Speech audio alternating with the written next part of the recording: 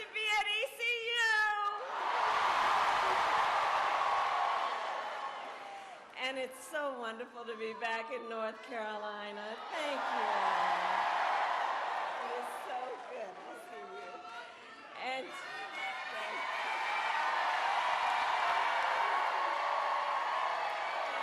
thank you. And I want to thank this is an auditorium packed with incredible leaders, and I thank you all for taking the time this Sunday afternoon with all that you have going on. I thank you. I thank you. Thank you all. I want to also thank State Senator Smith, State Senator Hunt, your next Lieutenant Governor, Congressman Davis, a proud graduate of ECU, and let's elect Josh Stein as your next governor.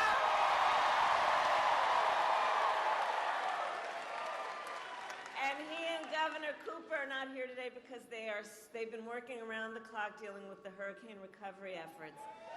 And we want to always thank them and all the incredible local, state, and federal leaders who have been working together for North Carolina. I was here 8 days ago in the aftermath of Hurricane Helene, and since then, of course, another powerful storm, Hurricane Milton, cut a path of destruction through Florida. And our hearts, I know, all of us, and our prayers go out to everyone who's been impacted by these storms. I have spoken to both state and local officials, both Republican and Democrat, to let them know we will be with you every step of the way as you recover. Because in times like this, we stand together as one nation. That is who we are.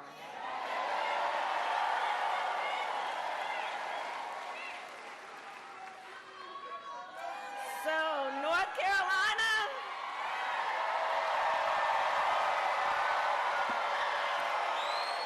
we have 23 days until Election Day. And we are nearing the home stretch. We are nearing the home stretch. Now listen, let me just say, I know we are really excited to see each other. I couldn't be more excited to see everybody here, but I'm going to tell you, it's going to be a tight race until the very end. And we are running as the underdog, so we have some hard work ahead of us, but we like hard work. Hard work is good work. And with your help in 23 days, we will win. We will win.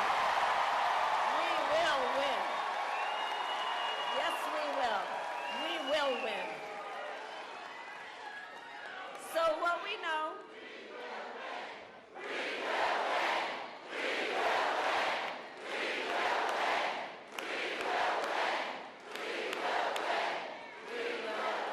and here's why.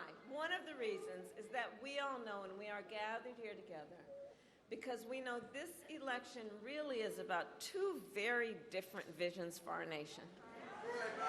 One, his focused on the past, the other, ours, focused on the future.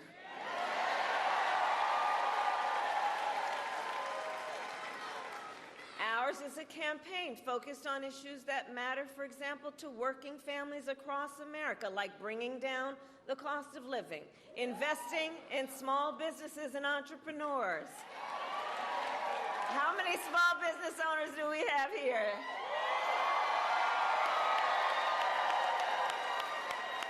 Thank you.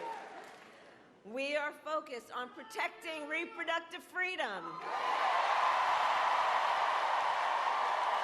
We are focused on keeping our nation secure. But none of that is what we hear from Donald Trump. Instead, from him, we are just hearing from that same old tired playbook. He has no plan for how he would address the needs of the American people.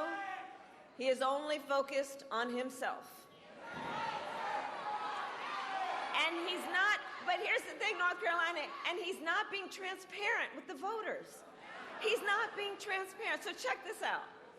He refuses to release his medical records. I've done it. Every other presidential candidate in modern era has done it. He is unwilling to do a 60 Minutes interview. Like every other major party candidate has done for more than half a century. He is unwilling to meet for a second debate.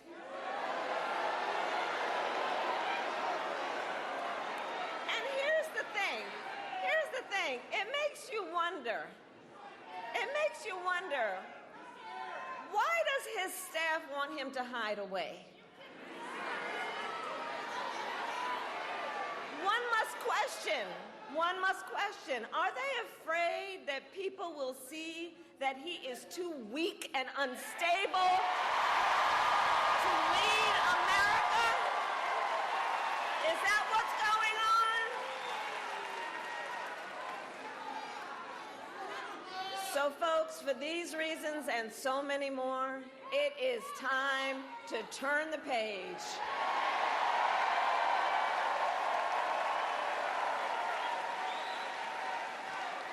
It is time to turn the page because America is ready to chart a new way forward, ready for a new and optimistic generation of leadership,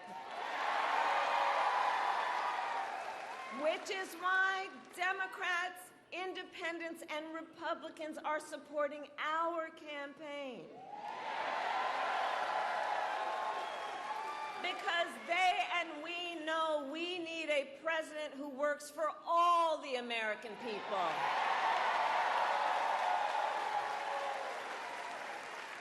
And that has been the story of my entire career. I have only ever had one client, the people. As a young courtroom prosecutor, I stood up for women and children against predators. As Attorney General of California, I took on the big banks and delivered $20 billion from middle-class families who faced foreclosure.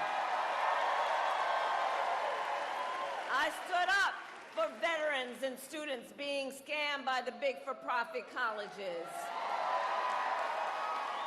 I've stood up for workers being cheated out of the wages they were due. Stood up for seniors facing elder abuse. And as president, it is my pledge to you that I will always fight for all the American people.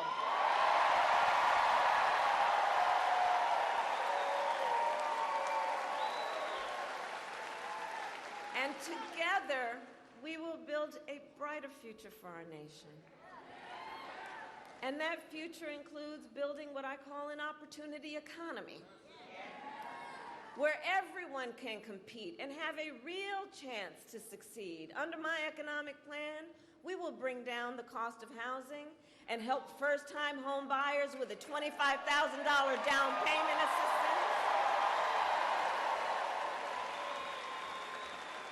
We will expand Medicare to cover home health care for seniors, so more seniors can live at home with dignity, and give more support to the sandwich generation, to those of you who are raising young children and taking care of your parents.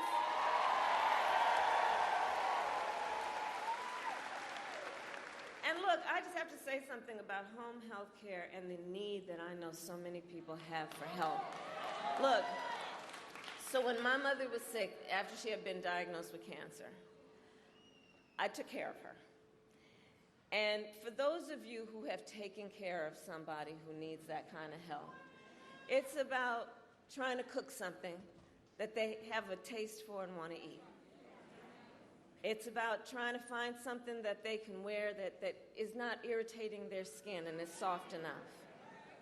It's about trying from time to time to figure out something you can do to just bring a smile to their face or make them laugh, right? It's the work that is about giving folks dignity. But far too many people on this issue of home health care, if you need the support to give that care to your family member, it means either paying down and losing as much as you can to be able to afford to have Medicaid, or having to leave your job, which means cutting off a very important part of your income, just to give people in your life the dignity and the support they deserve. That's why I'm saying we're going to have Medicare cover that home health care to help you. To help you. We will lower costs, including on everything from health care to groceries. I will take on corporate price gouging. I've done it before and I'll do it again.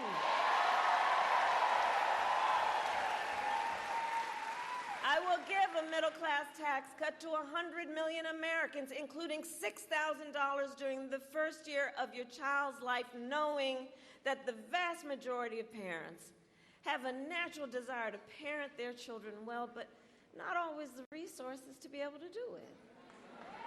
And so extending the child tax credit to $6,000 to give folks the ability to be able to buy that car seat or that crib in that most fundamental phase of their child's development.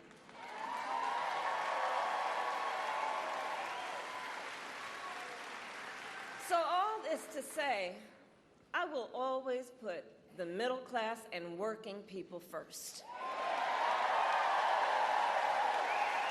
I come from the middle class, and I will never forget where I come from. Now, Donald Trump, well, he has a different plan.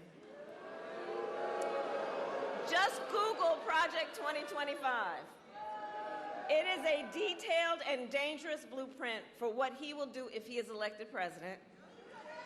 Donald Trump will give billionaires and corporations massive tax cuts, cut Social Security and Medicare, make it easier for companies to deny overtime pay for workers.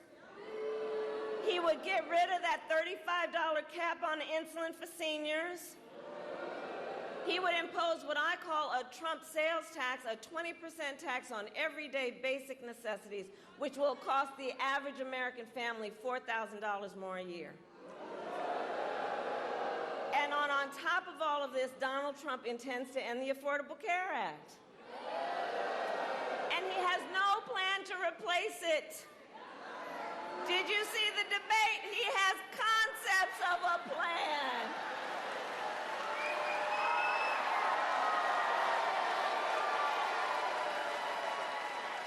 So he's going to threaten the health insurance coverage of 45 million people based on a concept?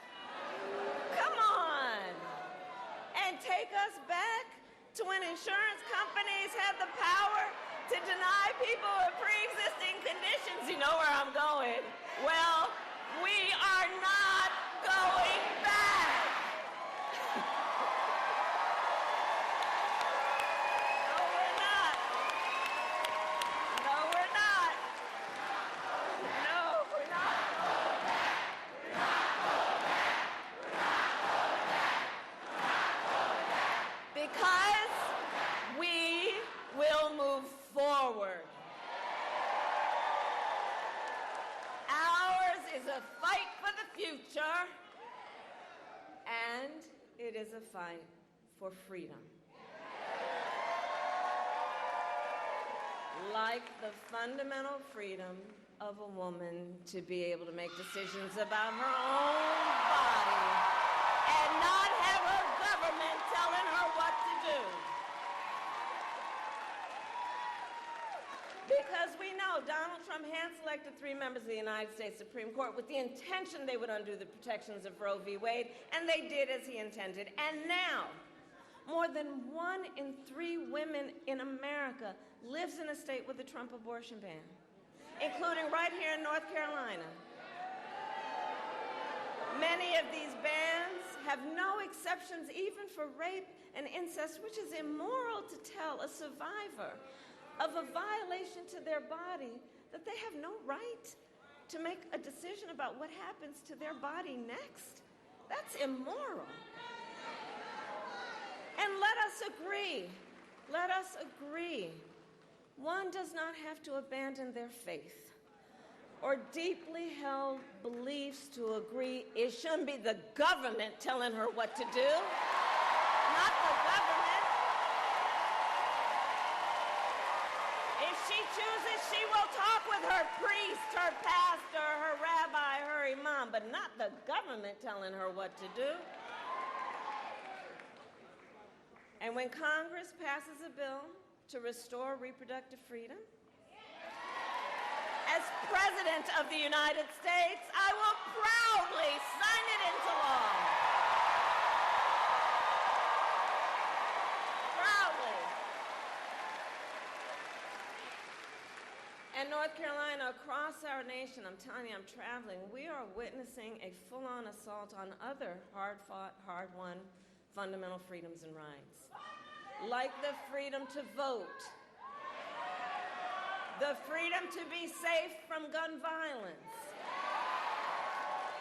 the freedom to love who you love openly and with pride.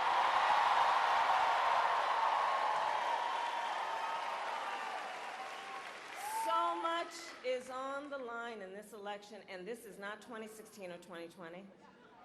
The stakes are even higher because a few months ago, the United States Supreme Court basically told the former president that he would effectively be immune from whatever he does in office.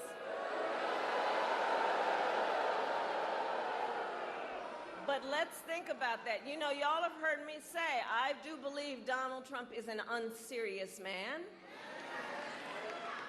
But the effects of him being back in the White House would be brutally serious.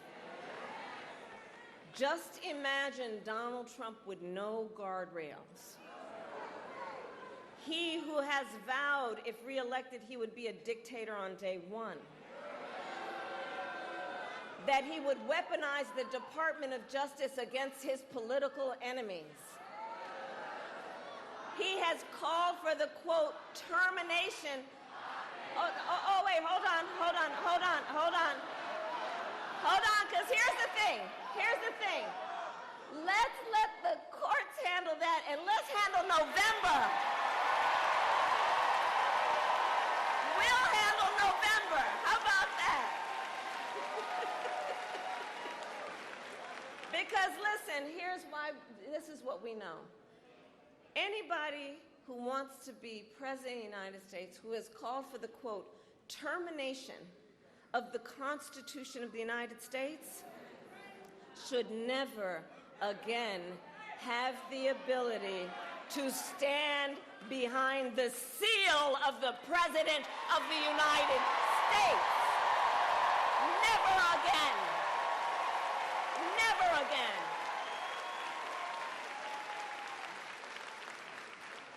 And the people who know him best know it. His former national security advisor, two of his former defense secretaries, his former chief of staff in the White House, his own vice president, have all warned America Donald Trump is unfit to serve.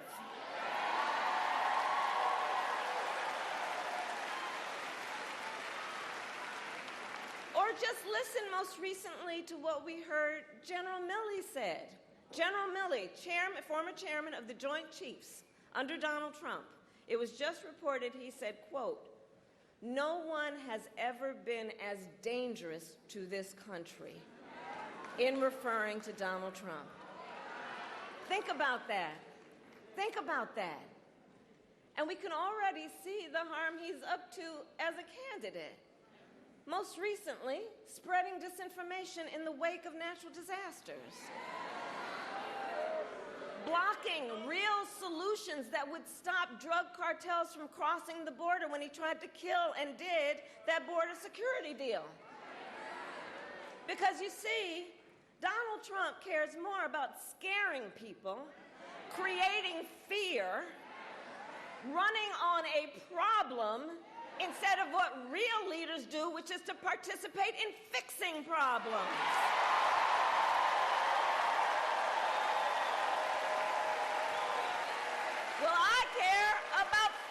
solving problems. And as President of the United States, I will be focused each and every day on solving problems that affect you and your family.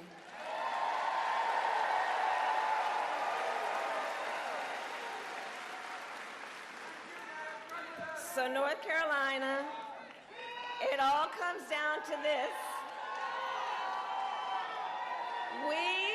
We are here together this Sunday afternoon because we know what is at stake. We are here together this Sunday afternoon because we love our country. We love our country. Yes. That's right. That's right. We love our country. And I do believe it is one of the highest forms of patriotism to then fight for the ideals of our country and to fight to realize the promise of America. The promise of America. So Election Day is in 23 days, and in just 4 days, early voting will begin statewide. Starting Thursday, you can go to the polls and cast your ballot. If you haven't already registered to vote, you could do it right then and there. Register to vote and vote. And so now is the time to make your plan to vote.